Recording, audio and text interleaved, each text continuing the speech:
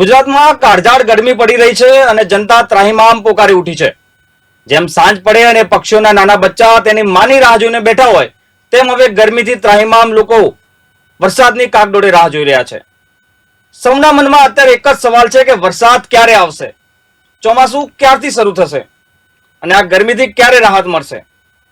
આ તમામ સવાલોના આજે જવાબ લઈને અમે આવ્યા છીએ અને આ તમામ સવાલોનો જવાબ આપણને અંબાલાલ પટેલ આપશે, એટલે કે આપણા અંબાલાલ કાકા.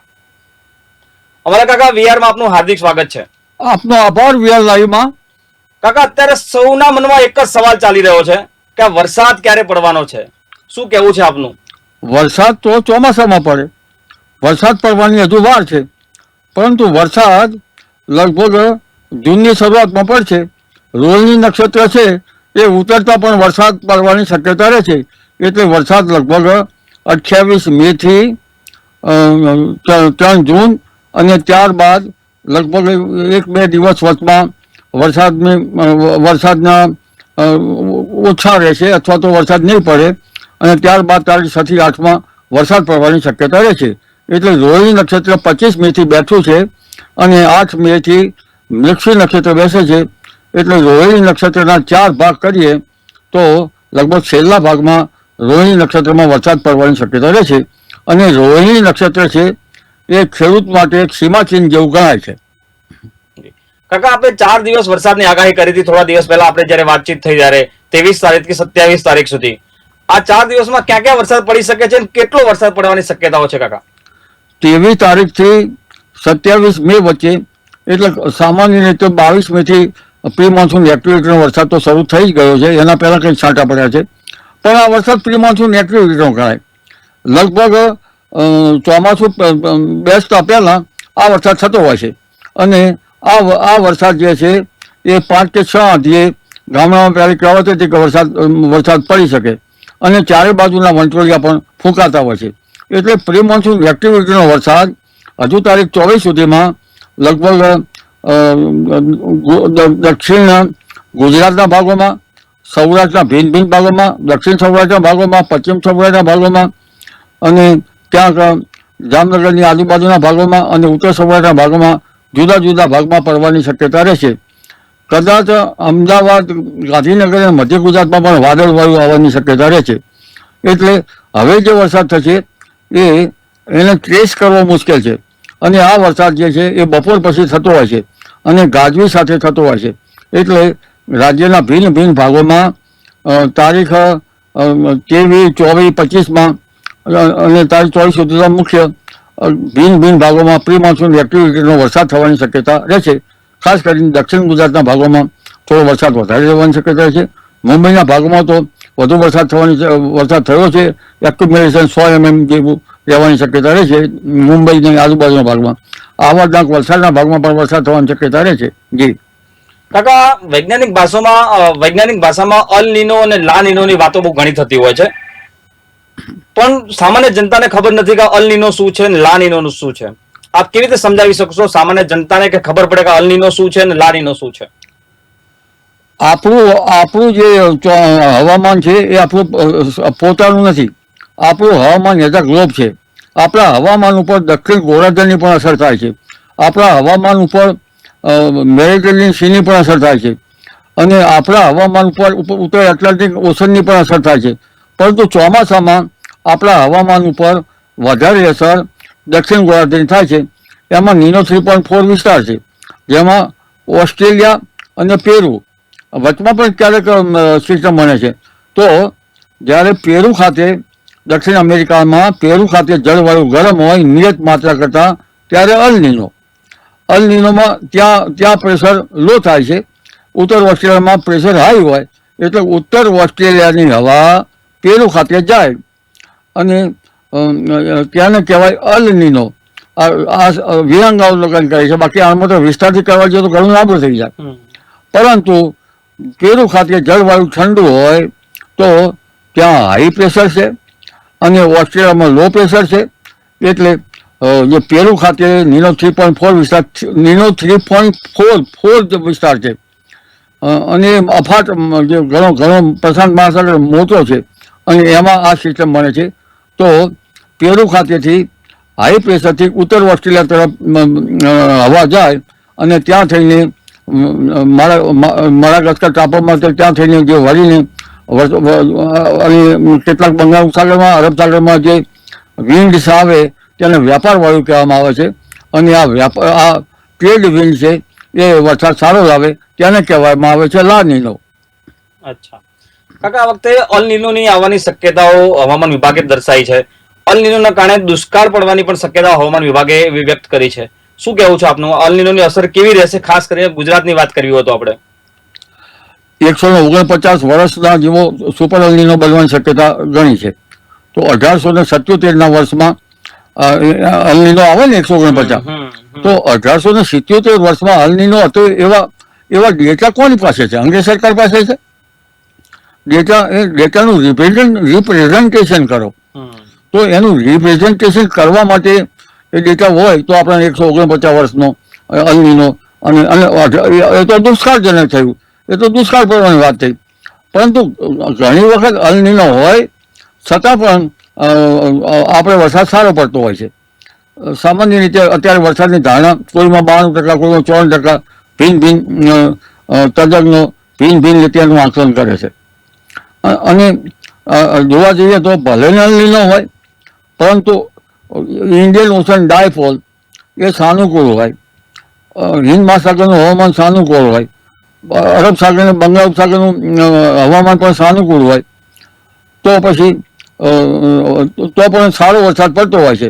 એટલે આ વખતે ઇન્ડિયન ઓશન ડાયપોલ ન્યુટ્રલ અત્યારે રહેશે અને સારું રહેવાની શક્યતા છે. એટલે લગભગ શરૂઆતનો વરસાદ જે ગણાય ચોમાસાનો એ પહેલાં જે રોહિણી નક્ષત્રનો વરસાદ થવાની શક્યતા રહેશે. અને ઉત્તરથી રોહિણી નક્ષત્રનો વરસાદ એટલે 25મી મેથી 8મી જૂન વચ્ચે રોહિણી નક્ષત્ર છે તેના 4 ભાગ કરે. જો પહેલા ભાગમાં વરસાદ થાય તો 72 દિવસ સુધીનો પવન ફૂંકાય. બીજા ભાગમાં થાય તો દિવસો ઓછા. પરંતુ ઉત્તરતા રોહિણી નક્ષત્ર વરસાદ થશે એટલે 28 મેથી 3 જૂન વચ્ચે લગભગ ભારતના ઘણા ભાગો સહિત ગુજરાતના ભાગોમાં વરસાદ થવાની શક્યતા રહે છે. કોઈ ભાગમાં 1.5 ઇંચ, કોઈ 2 ઇંચ વરસાદ થવાની શક્યતા રહે છે જૂન સુધીમાં. અને આ વરસાદ રોહિણી નક્ષત્રનો ગણા છે. ત્યારબાદ અરબ સાગરમાં ત્યાં સિસ્ટમ બની છે.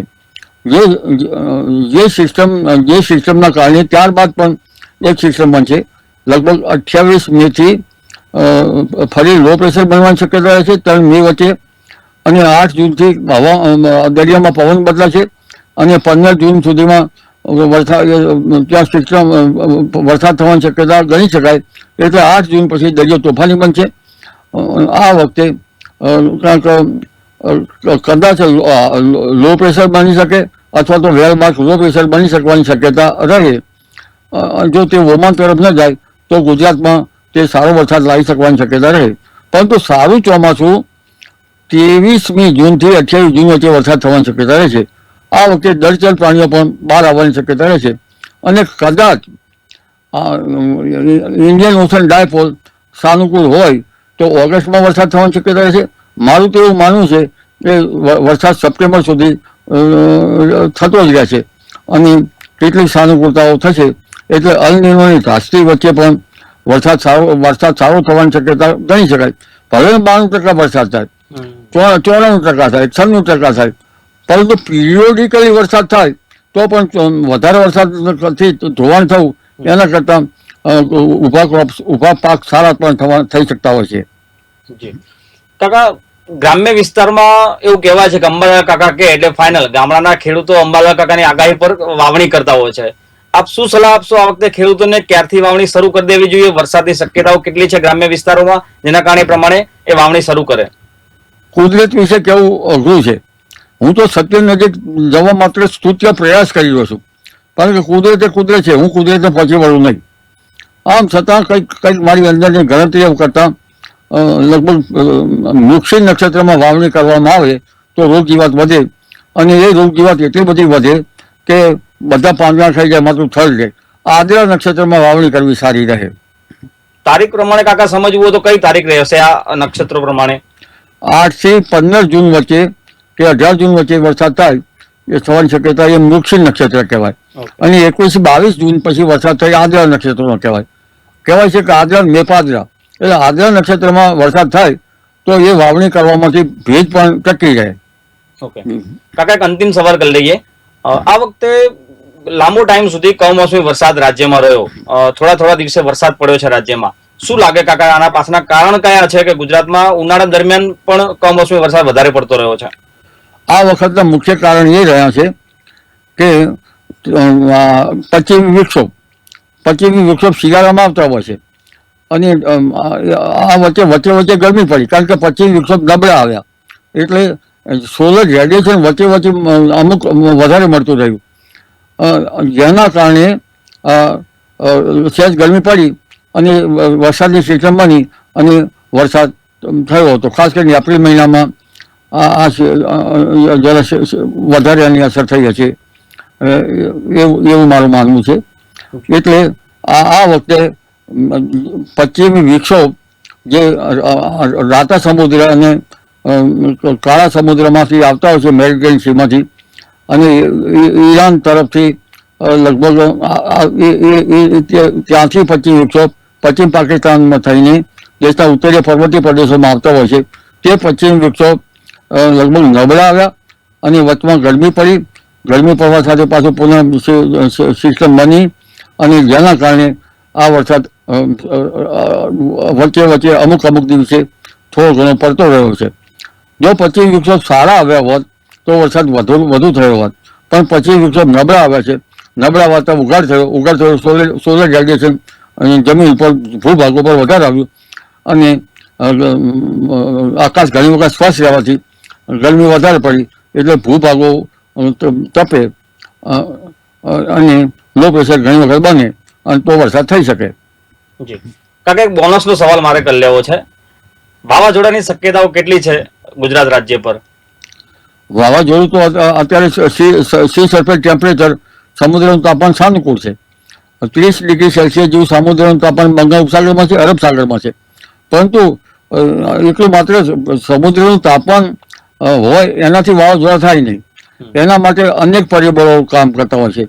એટલે વર્ટિકલ વિન્ડ શેર એમાં પણ અગત્યનો ભાગ ભજવે છે. એ વર્ટિકલ વિન્ડ શેર થોડી લો થાય અને એમજીઓ કે અન્ય ઓશનિક પેરામીટરો સાનુકૂળ થાય તો જ વાવાઝોડા થતા હોય છે. આ વખતે લગભગ સિસ્ટમો બની, લો પ્રેશરો બન્યા, સાયક્લોનિક સર્ક્યુલેશન બન્યા, પણ વાવાઝોડા નહીં થવાનું કારણ મારા મત મુજબ તો વર્ટિકલ વિન્ડ શેર હોય તેવું દેખાય છે. એટલે ઉપલા લેવલના જે પવનો વગેરે સાનુકૂળતા વાવાઝોડાને પોષક ન રહેવાનું કારણ જણાય છે. આગામી સમયમાં કાકા શક્યતાઓ છે? આગામી સમયમાં લગભગ 25મી કે 28 મેથી 3 જૂન વચ્ચે બંગાળ ઉપસાગર સક્રિય થવાની શક્યતા રહે છે. એમાં કદાચ લો પ્રેશર થાય, વેલમાર્ક લો પ્રેશર થાય અને આપણે જે જણાવ્યું વર્ટિકલ વિન્ડ શેર અથવા તો જે બીજા પરિબળો એ સાનુકૂળ હોય તો આ અરસામાં વેલમાર્ક લો પ્રેશર એ કદાચ તોફાન થઈ શકે અને આ જે સિસ્ટમ બનશે એ દેશના દક્ષિણ પૂર્વીય તટો ઉપર બનશે અને ઉત્તરીય ભાગોમાં વેસ્ટર્ન ડિસ્ટર્બમાં છે તો ધીરે ધીરે અરબ સાગરનો ભેજ અને બંગાળ ઉપસાગરનો ભેજ ક્યાંક તે તરફ ગતિ કરતું હોય છે. પરંતુ આ વખતે જે ઉત્તરીય પર્વતીય પ્રદેશોમાં વેસ્ટર્ન ડિસ્ટર્બન્સ લગભગ ઉપલા ભાગમાં આવવાની શક્યતા રહે છે. પરંતુ દક્ષિણ પૂર્વીય તટો ઉપર આ વખતે સિસ્ટમ વધારે બનવાની શક્યતા રહેતા તેનો ભેજ સરસર છેક મધ્યપ્રદેશ સુધી આવવાની શક્યતા રહે છે. અરબ સાગરનો ભેજ પણ આવવાની શક્યતા રહે છે. એટલે આના કારણે ગુજરાતના ભાગોમાં વરસાદ થવાની શક્યતા રહે છે. જી અમારા કાકા, આપ વીઆર લાઈવ સાથે જોડાયા, આટલો સમય આપ્યો એટલા માટે ખૂબ ખૂબ આભાર. થેન્ક યુ આપનું વીઆર લાઈવમાં.